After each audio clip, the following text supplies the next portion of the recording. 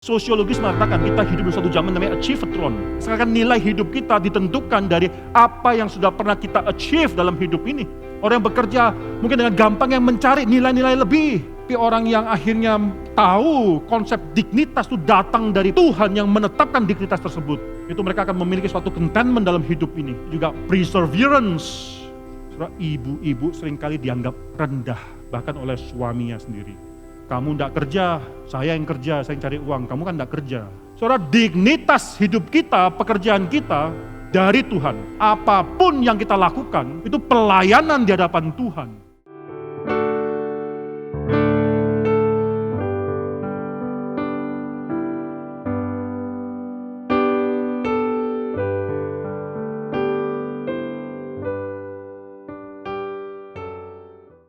Surat Ibrani kita akan buka daripada Ibrani pasal yang pertama, dan saya akan membaca ayat yang ke-7, saudara membaca ayat yang ke-8 dan yang ke-9.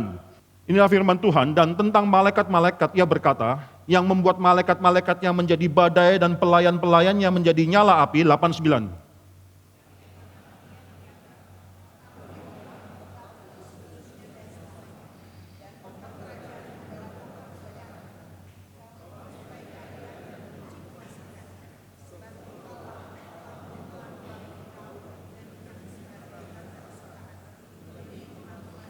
Hari ini kita akan tetap membicarakan ayat yang ke-7, sebagian besar ayat ke-7. Sedikit sekali kita akan singgung ayat ke-8, khususnya ayat ke-8b. Mari kita tundukkan kepala dan kita berdoa minta belas kasihan daripada Tuhan. Bapa dalam surga, kami bersyukur untuk semua firman Tuhan yang bisa kami nikmati. Hari demi hari Engkau topang kami, bukan dengan hanya makanan, minuman, dengan kelebihan-kelebihan material, tapi khususnya dengan firman Tuhan. Firman Tuhan membantu kami dalam mengambil keputusan. Firman Tuhan membantu kami, menopang kami dalam kesulitan hidup kami.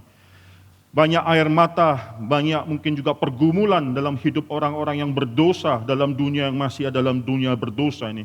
Jadi kami bersyukur karena kami tidak lagi di bawah kutuk dosa. Firman Tuhan sudah membebaskan kami daripada kuasa dosa tersebut. Dan firman Tuhan menyatukan kami minggu demi minggu sebagai suatu komunitas umat percaya. Dan kami bersyukur untuk apa yang sudah Tuhan lakukan dalam gereja ini. Tuhan yang setia telah menopang GRI Karawaci. Tuhan yang setia telah menopang setiap daripada kami. Tuhan yang setia juga akan menopang ketika hamba-Mu pada pagi hari ini memberitakan firman Tuhan. Kiranya Tuhan hadir tengah-tengah kami. Kami semua yang sudah menyiapkan hati dan pikiran kami, Tuhan berkati dengan kelimpahan firman Tuhan. Tuhan pakai hamba-Mu, supaya dari mulut bibir hamba-Mu keluarlah makanan-makanan rohani yang memang diperlukan oleh domba-domba Tuhan ini ya Tuhan. Kami serahkan semua ibadah kami, pemberitaan firman Tuhan ini, dalam nama Tuhan Yesus, Gembala Agung kami. Amin. Saudara, kalau saudara masih ingat minggu lalu saya katakan, saudara, konsep daripada ibadah tidak bisa dilepaskan dengan konsep daripada bekerja. Orang dunia bekerja, tapi orang Kristen yang mengerti konsep ibadah, konsep daripada konsep vertikal antara kita, orang, manusia, dan Tuhan yang menciptakan, pencipta, maka kita tidak cuma bekerja saja, orang dunia bekerja, orang Kristen melayani, saudara. Orang Kristen adalah pelayan-pelayan, orang dunia pekerja-pekerja, orang Kristen dimanapun mereka berada, mereka adalah pelayan-pelayan. Dengan demikian kita akhirnya avoid atau menghindari, saudara, menghindari suatu masalah dalam dunia orang modern pada saat ini yang mencoba mereduksi konsep ibadah dan konsep daripada pelayanan. Banyak orang memikirkan bahwa ibadah hanyalah masalah hari Minggu kita beribadah 2 jam. Banyak orang memikirkan pelayanan dalam masalah hanya melayani dalam gereja, dalam pelayan-pelayan yang tersedia dalam gereja. Tapi kalau kita mengerti konsep ibadah yang benar, kita mengerti konsep daripada pelayanan yang benar, maka seluruh hidup kita adalah hidup beribadah, seluruh hidup kita adalah hidup yang penuh dengan pelayanan-pelayanan di hadapan Tuhan yang hidup.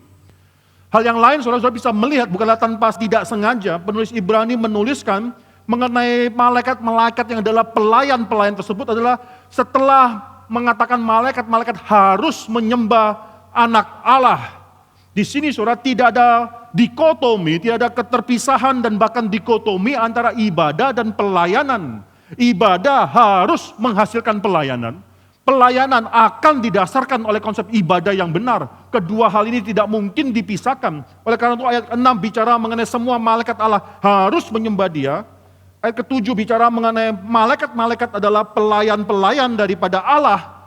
Dan kalau anak Allah itu akhirnya dipanggil sebagai Allah, ayat yang ke-8, malaikat-malaikat juga menjadi pelayan-pelayan daripada anak Allah. Ini suatu hal yang sudah sangat clear sekali saya katakan minggu lalu, saudara. Ini suatu hal yang sangat penting bagi orang Kristen. Kita bukan hanya bekerja, tapi kita sekarang sudah melayani. Semua pekerjaan kita adalah suatu pelayanan di hadapan Tuhan. Kita hari ini akan melanjutkan mengenai konsep pelayanan ini lebih lanjut lagi, saudara. Saudara, fakta menunjukkan bahwa kita hidup di dalam satu zaman yang disebut zaman achievatron. Achievatron. Apa itu achievatron? Zaman di mana semua manusia itu sekarang sudah dikondisikan sedemikian rupa sehingga kita hanya menjadi pekerja-pekerja saja.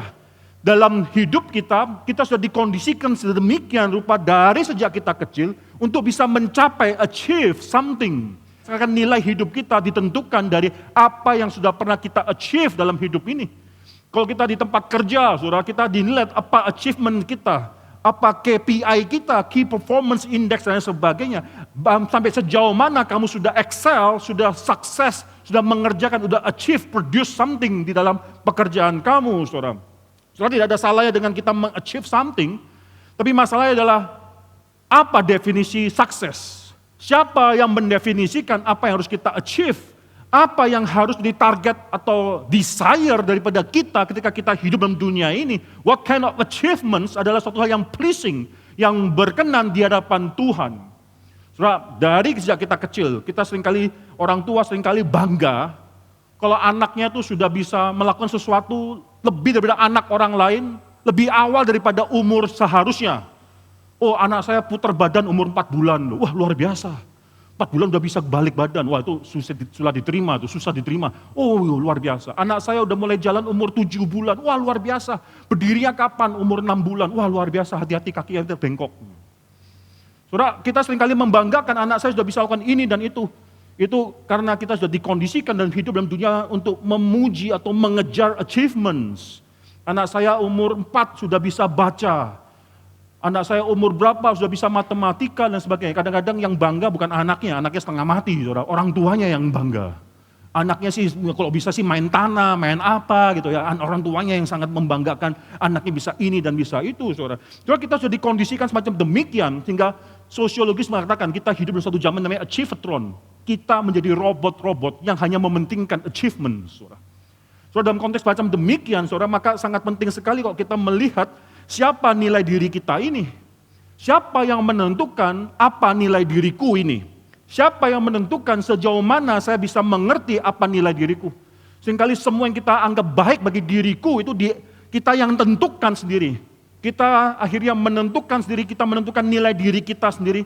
Dan tanpa sadar, tanpa kita mengenal siapa Tuhan, kita tidak pernah benar-benar mengenal siapa diri kita. Maka kita benar-benar mengenal siapa Tuhan, maka segala sesuatu yang kita anggap penting bagi diri kita, belum tentu penting di hadapan Tuhan, belum tentu penting di dalam kerajaan Tuhan. Saudara, tanpa sadar kita akhirnya tidak pernah benar-benar mengerti, kita pikir kita mengerti nilai diri kita. Kita pikir kita bisa menentukan apa yang harus kita dapatkan, kita perjuangkan dalam hidup kita ini, tanpa kita pernah melibatkan Tuhan di dalam hidup ini. Akhirnya apa yang terjadi? Kita membiarkan society, masyarakat yang menentukan nilai hidup ini. Yang kita kejar adalah apa yang mereka tuntut. Yang kita kejar dalam hidup ini adalah apa yang mereka pikir ideal. Idealisme daripada orang-orang berdosa. Idealisme daripada orang yang tidak mengenal Tuhan, yang sudah meninggalkan Tuhan. Tanpa sadar, kita pikir kita mengerti, kita ingin menentukan nilai diri kita. Tanpa sadar, society sudah melakukan hal tersebut dalam hidup kita, saudara. Maka di sini, saudara, tidak demikian seharusnya dengan anak-anak Tuhan. Apa yang kita baca pada pagi hari ini, saudara, seharusnya menjaga kita, dalam kita melihat diri kita, Tuhan kita, dan pekerjaan kita. Kita seharusnya mendapatkan suatu hal yang lebih kita mengerti dengan lebih baik, saudara. Saudara, bandingkan di sini perbedaan antara malaikat dan Tuhan, anak Allah, yaitu Yesus Kristus, anak Allah, Allah itu sendiri. Di dalam ayat ke-7 sampai dengan ayat yang ke-12 ini, saudara, ini bagian kedua, bicara mengenai supremasi Kristus di atas malaikat-malaikat. Maka saudara akan melihat penulis Ibrani hanya menulis 2 lines, 2 garis saja berkenaan dengan malaikat-malaikat, tapi akan menggunakan 13 baris untuk membicarakan mengenai Kristus. dari jumlah baris, deskripsi mengenai malaikat atau mengenai Kristus, saudara bisa melihat ada suatu kepincangan di sana, ada suatu qualitative difference, sehingga malaikat cukup dibicarakan hanya dengan 2 baris, dan Kristus, anak Allah tersebut harus dibicarakan dengan 13 sentences, 13 baris, saudara. Maka di sini saudara qualitative difference yang sangat kelihatan dari ayat ke-8 saja. Kalimat pertama, coba saya bacakan bagi saudara, yang membuat malaikat-malaikatnya menjadi badai, pelayan-pelayannya menjadi nyala api.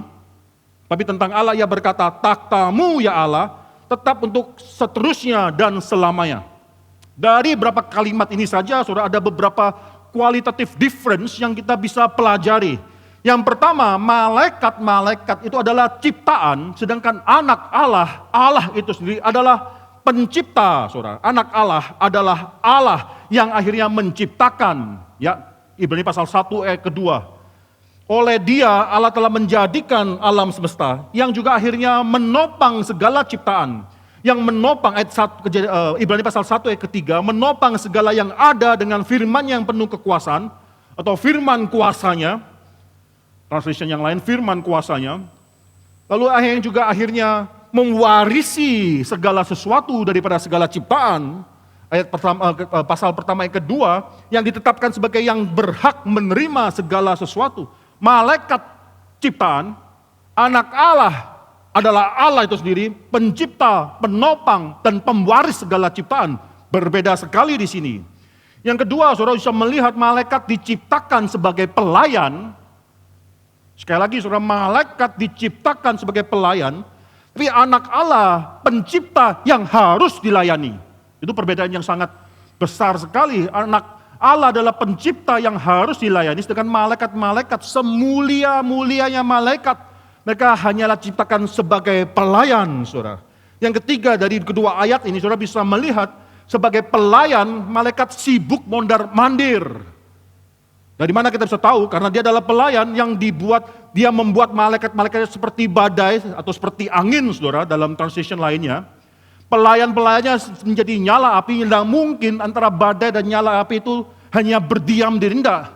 Badai dan nyala api akan terus menerus bekerja, semakin lama semakin memenuhi ruangan, semakin lama semakin akhirnya menyebar dan sebagainya. Malaikat diciptakan untuk sibuk melayani. Anak Allah duduk di dalam takhta yang kekal tersebut. Ini perbedaan yang sangat menyolok sekali. Malaikat harus sibuk. Malaikat harus terus-menerus bekerja. Itu definisi mereka, pekerja, pelayan. Tapi anak Allah setelah menyelesaikan segala sesuatu yang dia tidak harus kerjakan, tapi dia rela kerjakan. Inkarnasi, taat sampai mati dan dibangkitkan, saudara. Dia sekarang akhirnya duduk dan dia tidak lagi harus melakukan hal-hal yang dilakukan oleh Anda dan saya. Di dalam dunia sebagai manusia, dia melakukan bahkan lebih berat, lebih rendah, merendahkan diri sedemikian lupa, lebih rendah daripada Anda dan saya. Di surga tidak demikian. Yang keempat, saudara, malaikat tidak pernah mengalami kematian. Malaikat tidak pernah mengalami kematian, oleh karena itu dia menjadi pelayan selama-lamanya. Sedangkan anak Allah adalah Allah yang kekal selama-lamanya. Taktanya kekal, dia dilayani selama-lamanya, saudara. Itu menjadi satu perbedaan yang sangat jelas di sini. Malaikat akan melayani selama-lama. Mereka yang menolak untuk menyembah Kristus, Lucifer dan kawanan, itu semua dibuang. Sekarang yang elect angels, yaitu malaikat-malaikat yang sudah ditetapkan, yang sudah dipilih tersebut. Mereka akan melayani Kristus selama-lamanya. Mereka tidak pernah mati. Mereka akan melayani Kristus selama-lamanya. Dan Kristus juga akan dilayani selama-lamanya, saudara. Itu perbedaan yang sangat jelas sekali, saudara. Beberapa implikasi ketika kita sudah mengerti suatu hubungan vertikal yang demikian membedakan antara malaikat dan Kristus, antara kita dan Kristus, maka ada beberapa implikasi, saudara, beberapa hal yang harus kita pikirkan. Yang membedakan bekerja dan melayani ada beberapa hal, saudara. Yang pertama, bekerja dan melayani, perbedaannya yang pertama adalah dalam sikap atau sifat hati, masalah hati, saudara. Ketika kita orang dunia bekerja, mereka hanya, saya pakai definisi bekerja dalam arti mereka tidak benar-benar mengerti kepada siapa mereka bekerja, untuk apa mereka bekerja. Orang dunia hanya bekerja di dalam untuk mendapatkan atau mencapai apa yang mereka inginkan. menjadi suatu pencapaian atau fulfillment daripada life ambition, ambisi hidup mereka, saudara. Orang dunia hanya bekerja dalam mencapai ambisi mereka. Mereka mendefinisikan goal hidup mereka. Mereka merasakan mereka bisa melakukan dan mereka akan kejar dan mereka akan lakukan semua hal tersebut. Tapi tidak demikian dengan orang yang mengenal masalah vertikal ini, saudara. Saudara, Pak Tong pernah memberikan suatu warning, peringatan. Banyak sekali ketika diminta melayani sesuatu, lalu banyak sekali orang mengatakan, saya tidak terbeban melakukan hal itu, saya lebih terbeban melakukan ini dan sebagainya. Pak Tong katakan, jangan pakai kata beban. Seringkali kata beban tersebut sudah dipakai dan dikerap semacam demikian. Ngomong aja itu self-interest kamu. Kamu lebih interest melakukan hal ini daripada hal tersebut. Maka di sini saudara kita akan pelajari suatu hal di mana kita harus mengerti, ketika kita mengerti siapa Tuhan tersebut, ketika kita melayani itu bukan up to us, bukan tergantung apa yang aku ingin lakukan, tidak saudara, tapi apa yang tergantung apa yang Tuhan ingin kita lakukan, up to Him. Maka di sini saudara-saudara bisa melihat suatu hal yang penting sekali, itu masalah hati. Kita yang mengerti siapa Tuhan, siapa diri kita, apa yang sudah Tuhan lakukan bagi kita, maka kita lebih daripada malaikat. Harus dituntut ketaatan yang lebih daripada malaikat. Perhatikan, malaikat ada yang tidak mau melayani Tuhan. Ada yang tidak mau menyembah, maka mereka dibuang, Lucifer dan kawanan sekelompok, dibuang menjadi setan, penghalang rencana Tuhan, setan, saudara. Tapi ada sebagian malaikat yang mengatakan, saya mau, saya akan lakukan, saya akan tunduk, saya akan menyembah, saya akan melayani. Saudara, kalau mereka bisa melayani, apalagi kita. Kenapa saya katakan demikian? Karena malaikat tidak pernah merasakan kasih karunia Tuhan yang mati bagi mereka, tidak pernah. Kita sudah, bukan cuma tahu Tuhan sebagai pencipta, sebagaimana malaikat tahu Tuhan pencipta. Tapi kitalah yang akhirnya mengetahui lebih daripada itu. Tuhan sebagai pencipta dan penebus, yang akhirnya mengasihi kita dan akhirnya mengorbankan dirinya bagi kita. Kalau malaikat bisa dengan taat melayani Tuhan semacam demikian, menyembah Tuhan, apa alasannya kita tidak melakukan hal tersebut? Apa alasannya seringkali dalam hidup kita masih melawan Tuhan? Apa alasan dalam hidup kita masih terus seringkali mencuri-curi untuk akhirnya melayani diri kita? Apa alasannya? Masalahnya cuma satu, yaitu masalah hati, rela atau tidak rela. Masalahnya cuma itu saja. So, kalau kita bicara mengenai masalah hati, saudara, maka ada suatu hal yang sangat penting yang kita bisa pelajari daripada hidup daripada John Calvin. Banyak orang yang mengatakan Calvin adalah seorang yang dingin. Calvin adalah seorang teolog yang dingin, teologia predestinasinya tidak memberikan kesempatan orang untuk bisa mengaku percaya. Sekarang kan semua ditentukan oleh Allah, tidak ada andil daripada manusia. Demikian dingin teologi daripada Calvin. Saudara, tidak demikian, saudara. Saya rasa teologi daripada Calvin itu sangat menghangatkan sekali. Saya pernah kehilangan seorang anak yang masih berumur 3,5 bulan, itu akhirnya meninggal dipanggil oleh Tuhan. Dalam waktu hanya cuma kira-kira 24 jam lebih. Sedikit saja, nggak sampai 48 jam. Dari yang saya lihat sehat, sampai akhirnya meninggal, nafas hilang, saudara. Itu mengagetkan sekali. Waktu itu saudara-saudara bisa pikirkan, teologi mana yang akhirnya memberikan kekuatan, hiburan bagi orang tua.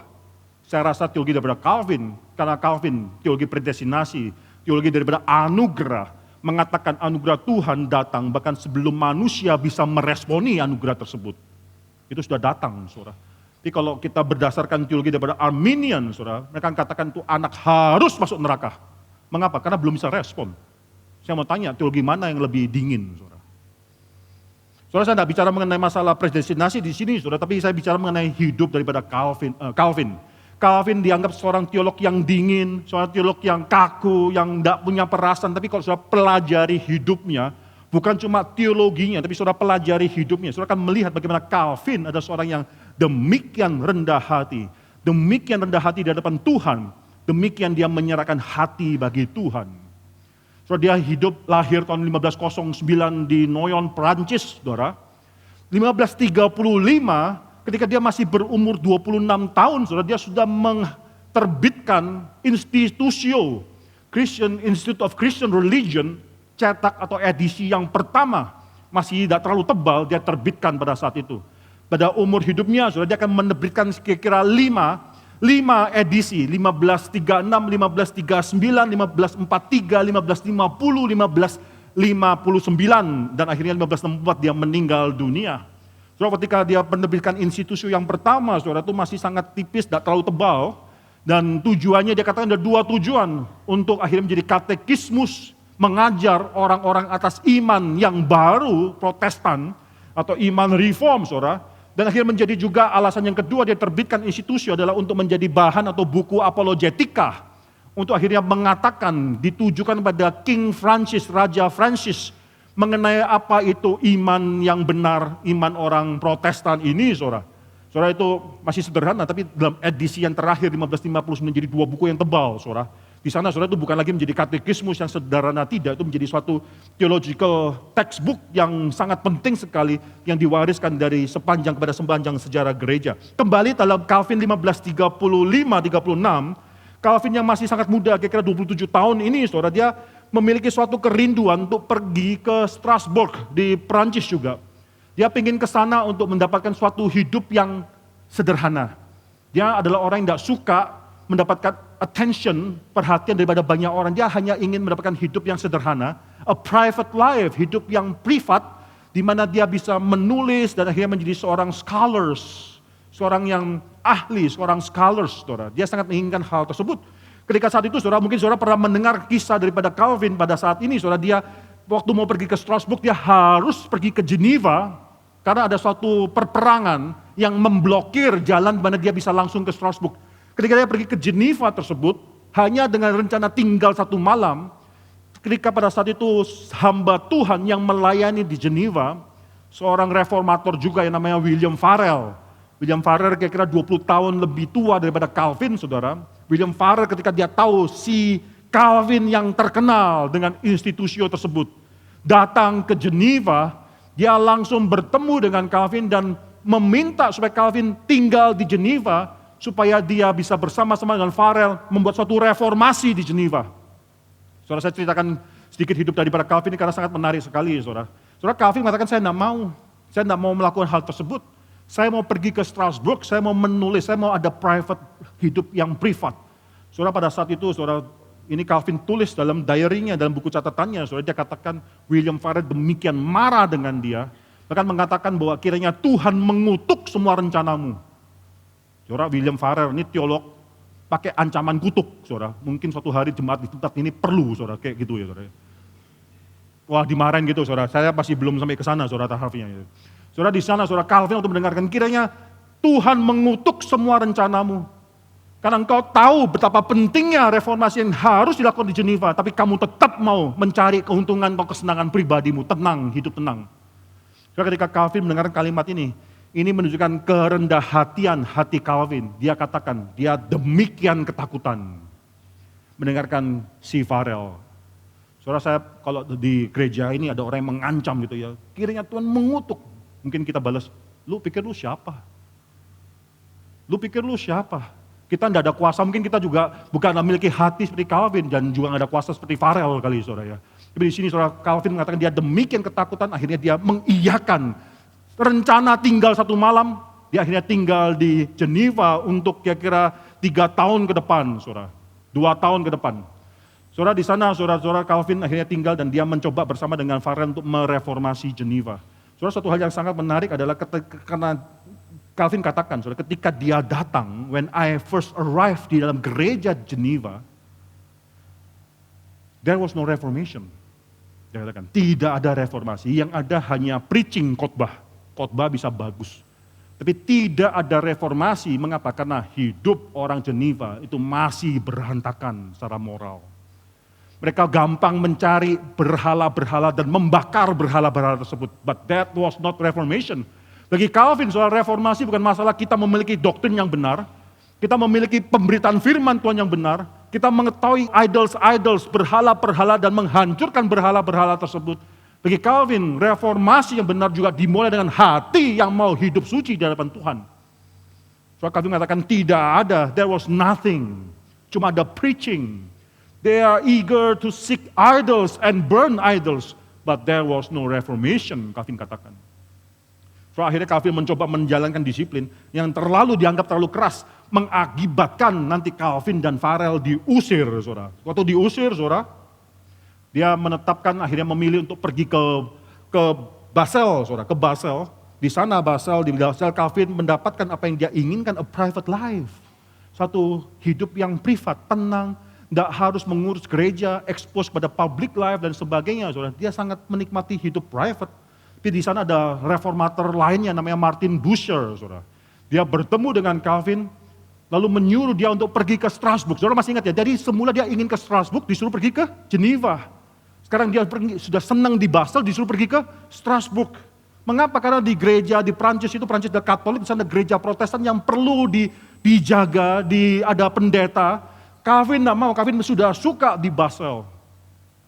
Lalu dalam catatan daripada Calvin katakan, si Bucer memakai taktik yang sama dengan Farel.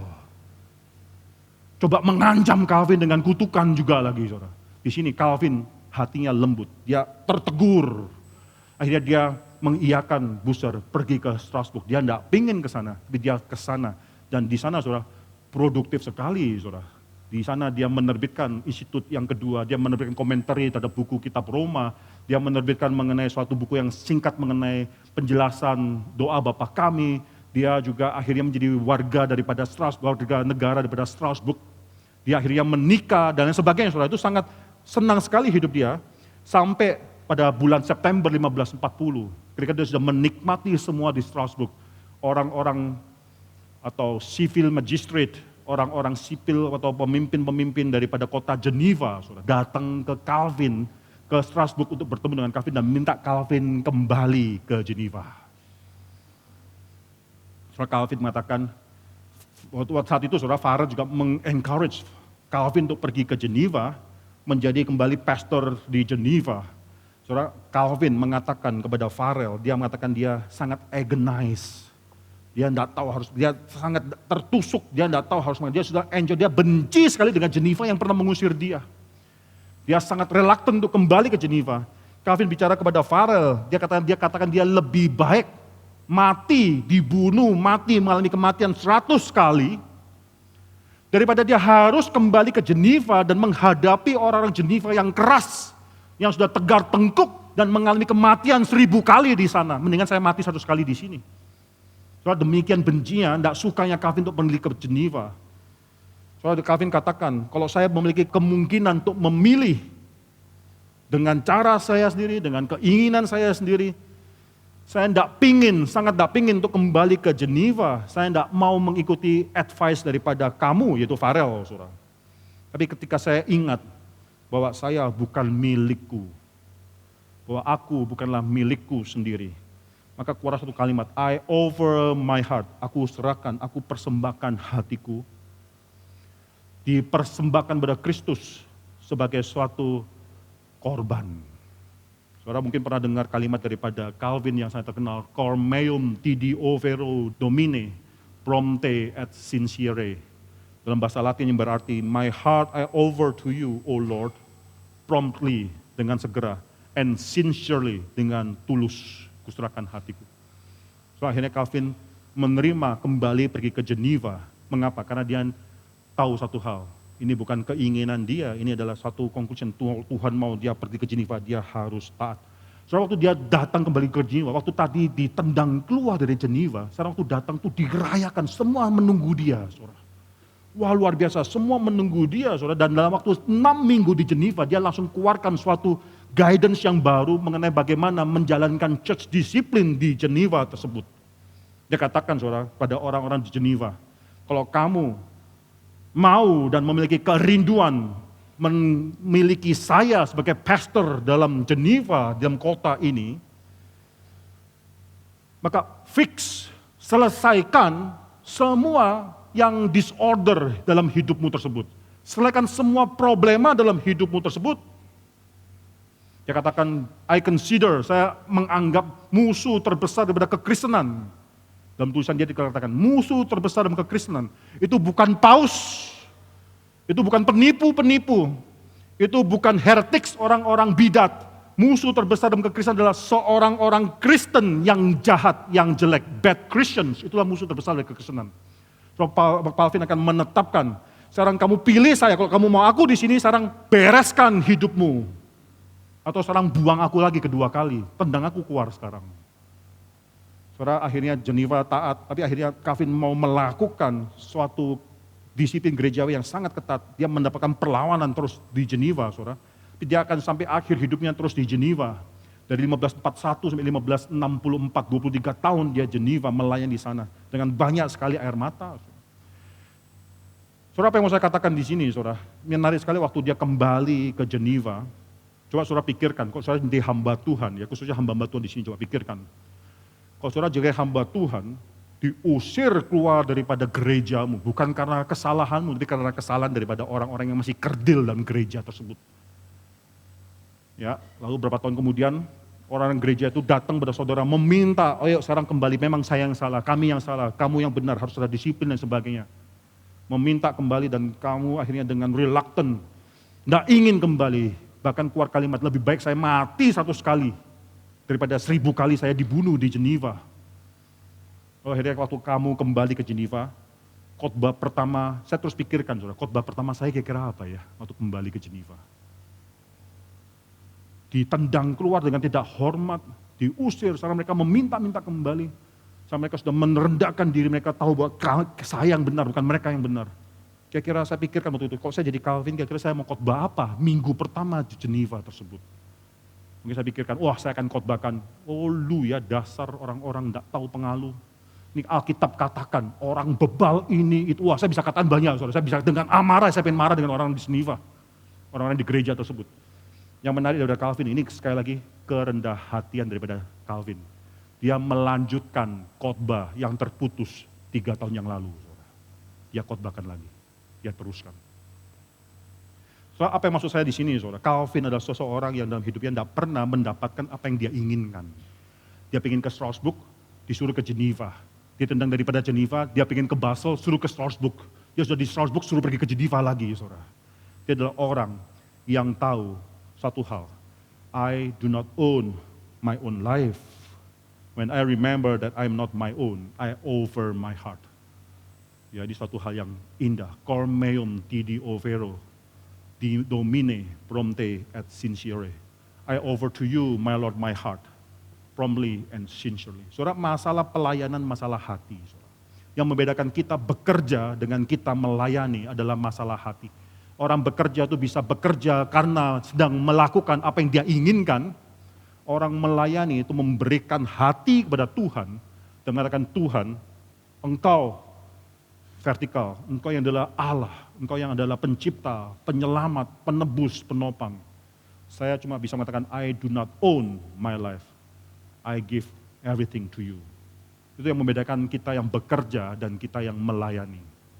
Jangan pikir melayani cuma dalam masalah di gereja saja, di dunia pun kalau kita mengerti konsep ini, kita bukan sedang mengejar apa yang kita inginkan, kita mengejar isi hati Tuhan, masalah hati, kita sedang melayani Tuhan. Yang kedua, saudara, bekerja dengan melayani, perbedaannya bicara mengenai masalah kelayakan. Jadi kalau jadi pertama bicara mengenai masalah hati, yang kedua bicara mengenai masalah kelayakan. Kalau kita bekerja itu adalah orang yang merasa diri layak untuk mendapatkan pekerjaan tersebut. Bekerja, orang dunia mengatakan bahwa saya layak, saya memiliki kualifikasi untuk mengejar apa yang sedang ditawarkan, saya ingin mendapatkan hal tersebut. Kalau kita bicara mengenai pelayanan di hadapan Tuhan, kita bicara mengenai ketidaklayakan. Tapi setelah kita bicara mengenai ketidaklayakan, kita katakan kita sekarang dianggap layak, dipercayai, maka saya tidak akan main-main. Saya akan terus mempertanggungjawabkan pelayanan tersebut. Ini perbedaan antara bekerja dengan melayani, saudara-saudara. Coba kita baca Ibrani pasal 1 ayat ke-7. Ini bagi saya sangat menarik sekali apa yang ditulis oleh penulis Ibrani atau pengkhotbah kitab Ibrani ini, saudara. Ibrani 1 ayat 7 mengatakan, yang membuat malaikat-malaikatnya menjadi badai, dan pelayan-pelayannya menjadi nyala api. Saudara perhatikan, ini dikutip daripada Mazmur pasal 104 ayat yang keempat.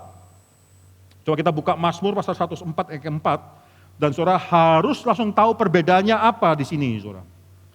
Mazmur pasal 104 ayat keempat, di sana dikatakan, yaitu Tuhan, yang membuat angin sebagai suruhan-suruhanmu, dan api yang menyala sebagai pelayan-pelayanmu. Saudara tahu perbedaannya apa? Saudara masih tidak sadar perbedaannya. Saya baca sekali lagi, saudara. Ibrani pasal 1 ayat ke-7, yang membuat malaikat-malaikatnya menjadi angin, di situ saya badai, tapi mungkin translation lain adalah angin, pelayan-pelayannya menjadi api yang menyala-nyala, nyala api yang menyala. Mazmur pasal 104 ayat ke-4, yang membuat angin sebagai suruhan-suruhanmu, dan api yang menjadi sebagai pelayan-pelayanmu. Di sini subjek dan predikatnya ditukar, saudara, dirubah. Ya, kalau di sini dalam Mazmur katakan bahwa malaikat itu seperti angin, pelayan-pelayan itu seperti nyala api. Di sini dibalik, Mazmur pasal 104 ayat 4 mengatakan angin dijadikan suruhan-suruhannya, api dijadikan, api yang menyala dijadikan pelayan-pelayannya. Saudara, apa ada big deal di sini? Apakah ada suatu hal yang besar? Orang dunia akan mengatakan, nah ini aja, ini sudah berbeda. Ini Alkitab mengatakan Alkitab itu ada problem. Tidak demikian, saudara. Kalau saya melihat dalam Mazmur pasal 104 ayat ke-4 itu dari kitab Perjanjian Lama dalam bahasa Ibrania. Tapi yang dikutip daripada penulis daripada Ibrani ini adalah Septuagint, yaitu terjemahan Alkitab Perjanjian Lama yang dalam bahasa Ibrani terjemahkan dalam bahasa Greka, itu yang dikutip di sini. Soalnya ini bukan mengatakan ini adalah dua hal yang bertentangan, tidak. Kita percaya, ya ini doktrin Alkitab yang penting. Kita percaya Perjanjian Lama itu benar adanya, dan bukan cuma benar adanya, tapi diberikan nafas daripada Tuhan. Demikian juga dengan Perjanjian Baru juga benar adanya dan diberikan nafas daripada Tuhan. Adalah nafas daripada Tuhan itu sendiri. Maka kedua ayat ini tidak mungkin berkontradiksi satu dengan yang lainnya. Dua-duanya benar, dan inilah yang membuat bagi saya ketika saya merenungkan ayat ini, ketika kita memikirkan ayat ini menjadi suatu hal yang kaya. Mengapa? Saudara, dari kedua ayat ini, Mazmur 104 ayat 4, perhatikan baik-baik. Dari kedua ayat ini, Mazmur 104 ayat 4 dan Ibrani pasal 1 ayat ke-7, dua hal yang bisa kita pelajari. Yang pertama mengenai kebesaran Tuhan. Mengapa saya katakan demikian? Tuhan dapat memakai segala sesuatu untuk mencapai keinginannya. Tuhan bisa menggunakan segala sesuatu mencapai keinginan, itu sovereignty, keberdaulatan Tuhan atas segala ciptaannya. Dalam Westminster Confession of Faith, pengakuan iman Westminster, dikatakan bahwa Tuhan memiliki keberdaulatan yang sedemikian rupa sehingga dia bisa melakukan melalui ciptaannya, kepada ciptaannya atau atas ciptaannya segala sesuatu yang dia inginkan, saudara. Saya ambil cerita daripada Yusuf sebentar, saudara. Yusuf dibuang oleh saudara-saudaranya, dan setelah kematian daripada ayah Yusuf dalam Kejadian pasal 49, itu saudara-saudara langsung semua ketakutan semua. Saudara takut bahwa si Yusuf setelah kematian ayahnya ini akan balas dendam kepada semua saudara-saudaranya. Saudara, mereka akhirnya berkata, saudara kalau bisa lihat dalam Kejadian pasal 50, Kejadian pasal 50 ayat yang ke-16, mereka menyampaikan pesan kepada Yusuf bahwa ayahmu sebelum meninggal menyuruh engkau untuk mengampuni saudara-saudaramu. Mereka memang telah melakukan segala yang jahat atasmu, tapi ampunilah mereka. So, Yusuf ketika mendengarkan hal ini daripada orang lain yang menyampaikan hal ini kepada dia, dia menangis. Dia menangis dan dia berkata satu kalimat, ayat ke-19. Janganlah takut, dia berkata pada saudara-saudaranya, janganlah takut, 50 ayat 19, saudara. Sebab aku inikah pengganti Allah. Lalu keluar satu kalimat yang penting dalam hidup Yusuf pada saat itu. Memang kamu telah mereka-rekakan yang jahat terhadap aku, tapi Allah telah mereka-rekakannya untuk kebaikan. Apa yang kamu reka-rekan jahat, Allah telah reka-rekan menjadi suatu hal yang baik. Dengan maksud melakukan seperti yang terjadi sekarang ini, yaitu memelihara hidup suatu bangsa yang besar. Soalnya mengapa saya kutip Yusuf di sini? Karena Yusuf sadar benar Allah itu berdaulat, dia bisa melakukan segala sesuatu melalui diri kita, atas diri kita, apapun yang dia kendaki untuk tujuannya dia. Saudara, itu yang dituliskan di dalam Mazmur pasal 104 ayat keempat. Allah bisa memakai angin, Allah bisa memakai daripada api untuk melakukan segala sesuatu yang dia inginnya. Angin adalah suruhan-suruhannya, Api yang menyala adalah pelayan-pelayannya. Allah bisa melakukan segala sesuatu di alam tersebut untuk mencapai apa yang dia inginkan. Saudara, mungkin yang lebih jelas lagi dalam Lukas pasal yang ke-19. Lukas pasal 19 mencatat bagaimana Yesus masuk ke Yerusalem. Dan dia akan dielu-elukan, muridnya akan mengeluh-ngeluhkan dia. Saudara, lalu ada orang-orang Farisi yang berkata kepada Yesus, Yesus, Guru, suruhlah murid-muridmu untuk berdiam diri, diam. Guru, suruhlah mereka untuk shut up, berdiri, diam. Jangan lagi berteriak-teriak mengenai engkau.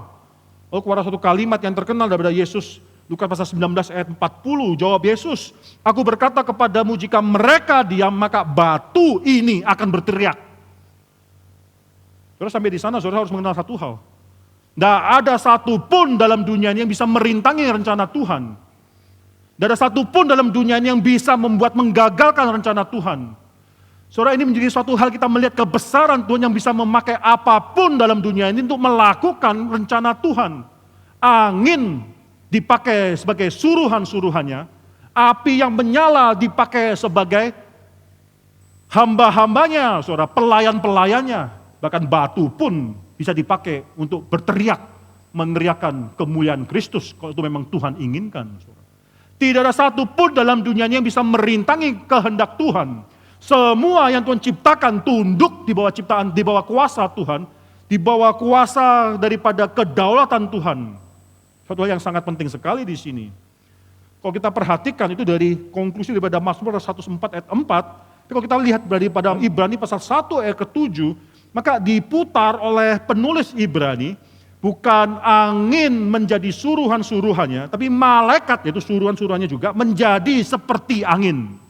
Bukan nyala api menjadi pelayan-pelayannya, tapi pelayan-pelayannya adalah seperti nyala api. Apa maksudnya di sini? Maka hal yang kedua, maka semulia-mulia malaikat itu tidak beda, tidak lain daripada hanya ciptaan. Sengaja dibalik semacam demikian, supaya menunjukkan bahwa malaikat itu tidak lebih daripada hanya ciptaan. Dan apa yang mereka lakukan, Tuhan juga bisa lakukan dengan cara apapun lain yang lainnya. Saudara. Itu menunjukkan bahwa malaikat itu cuma hanya suruhan daripada Tuhan saja. Tidak ada satupun daripada malaikat yang bisa membanggakan, saya mengerjakan Tuhan oleh karena ini dan itu, ini karena saya, tidak. Tuhan bisa pakai hal yang sama melalui ciptaan. Tidak harus kamu, tidak harus saya. Ini konsep yang harus kita mengerti ketika kita melayani Tuhan. Ketika kita melayani Tuhan, tidak ada kelayakan. Tuhan bisa pakai siapapun untuk menggantikan kita.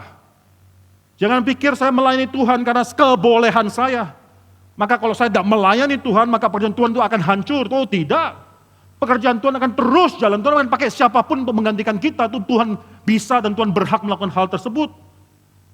Maka di sini saudara, ketika saudara melihat Mazmur pasal 104 ayat 4, saudara melihat Ibrani pasal 1 ayat ke-7 harus mengatakan, saya pun itu hanyalah seperti, memang saya adalah ciptaan alat daripada Tuhan untuk accomplish, melakukan apa yang Tuhan inginkan. Ini suatu realisasi daripada umat Tuhan, daripada anak-anak Tuhan mengerti bahwa we are nothing di hadapan Tuhan. Yang ketiga, saudara, kalau yang pertama itu adalah masalah hati, yang kedua adalah masalah kelayakan, Tuhan yang berdaulat, kita yang tidak layak, saudara. Yang ketiga daripada Ibrani pasal 1 ayat ke-7 kita bisa mengerti masalah dignitas daripada pelayanan yang kita miliki.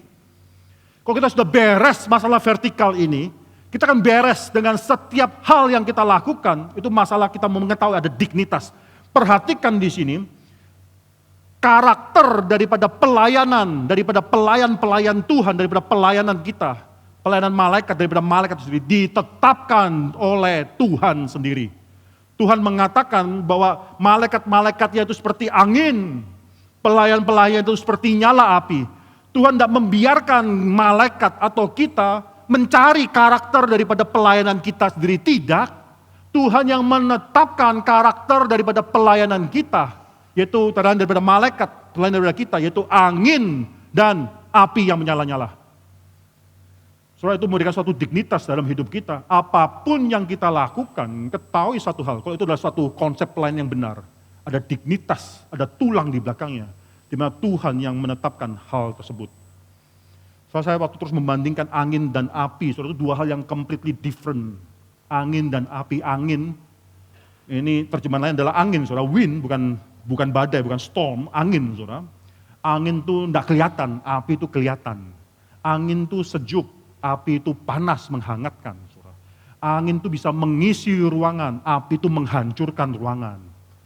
Saudara, di sini saudara itu karakter dua hal yang lain kita bisa bicarakan lebih lanjut lagi, saudara. Di dalam pelayanan kita saya rasa dua hal ini itu harus ada. Pelayanan kita adalah pelayanan yang bisa menyejukkan. Dalam hal apapun kalau kita bentrok dengan orang lain, itu kayak api tok, kita hanya memperjuangkan api. Api itu bicara mengenai righteousness, kebenaran. Angin itu bicara mengenai kesejukan, mengenai mercy dan sebagainya, saudara. Dan kita harus memiliki dua karakter ini yang menyejukkan orang. Yang menyejukkan orang-orang sekitar kita. Tapi juga bukan kompromi, saudara. Bukan dengan gampang kita kompromi, apapun kita jual demi kesejukan tersebut, demi peace tersebut, tidak. Tapi ada suatu righteousness, keadilan, ada suatu kebenaran yang kita tunjukkan melalui nyala api tersebut, saudara. Saudara, ini banyak hal yang bisa kita bandingkan, saudara. Ya, ini mengenai flexibility, keluasan dan kekerasan, saudara, itu dua hal yang harus kita bisa gabungkan semua. Saudara, ini adalah ciri-ciri dari pelayan Tuhan. Minggu depan mungkin kita akan masuk lebih lanjut lagi mengenai apa arti daripada angin dan api, dan saya mau teruskan minggu depan dalam ayat yang ke-8, saudara, ke-8 dan ke-9 mengenai takhta daripada Tuhan tersebut. Tapi kalau kita mengetahui dengan ayat ke-7 dengan 3 hal, ini masalah vertikal, masalah hati, masalah daripada kelayakan, masalah daripada dignitas daripada pelayanan. Maka ada beberapa hal yang kita bisa pelajari di sini, saudara. Orang yang mengerti semua hal ini, kita mengetahui bahwa apapun yang kita kerjakan, memberikan pada kita suatu contentment. Apa itu contentment? Kepuasan, saudara. Kepuasan mengetahui bahwa apapun yang kita kerjakan itu Tuhan yang tetapkan, Tuhan yang beri dignitas.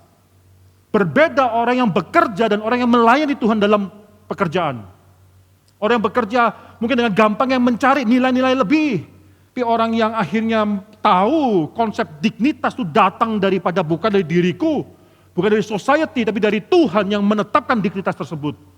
Itu mereka akan memiliki suatu contentment dalam hidup ini. Bukan cuma contentment, tapi juga perseverance. Suatu tahan uji yang demikian lama. Mereka walaupun mengalami kesulitan hidup, mereka akan tahu mereka hanyalah pelayan daripada Tuhan.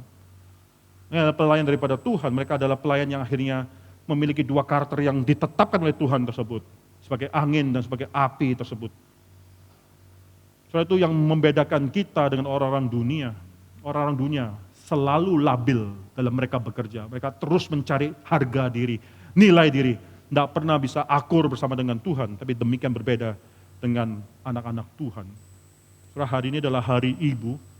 Saya mau simpulkan semua hal ini dengan berbicara kepada ibu-ibu di sini. Saudara, ibu-ibu seringkali dianggap rendah, bahkan oleh suaminya sendiri. Kamu tidak kerja, saya yang kerja, saya yang cari uang. Kamu kan tidak kerja, kamu di rumah dan sebagainya. Saudara, seringkali ada ibu-ibu yang juga pernah konseling sama saya ini sendiri sudah belajar S1, S2. Tapi sekarang di rumah karena punya anak, harus jaga anak, akhirnya dipanggil cuma sebagai ibu rumah tangga. Saudara, dignitas hidup kita, pekerjaan kita dari Tuhan.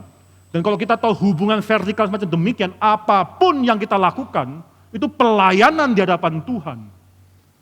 Dan luar biasa ibu-ibu, saudara, saya mau cerita sedikit mengenai hubungan saya dan istri saya, saudara. Saya lihat istri saya itu memiliki kekuatan yang saya tidak miliki. Karena dia tahu panggilan. Dia sangat ngeri, bukan saya tidak tahu panggilan, enggak, saudara.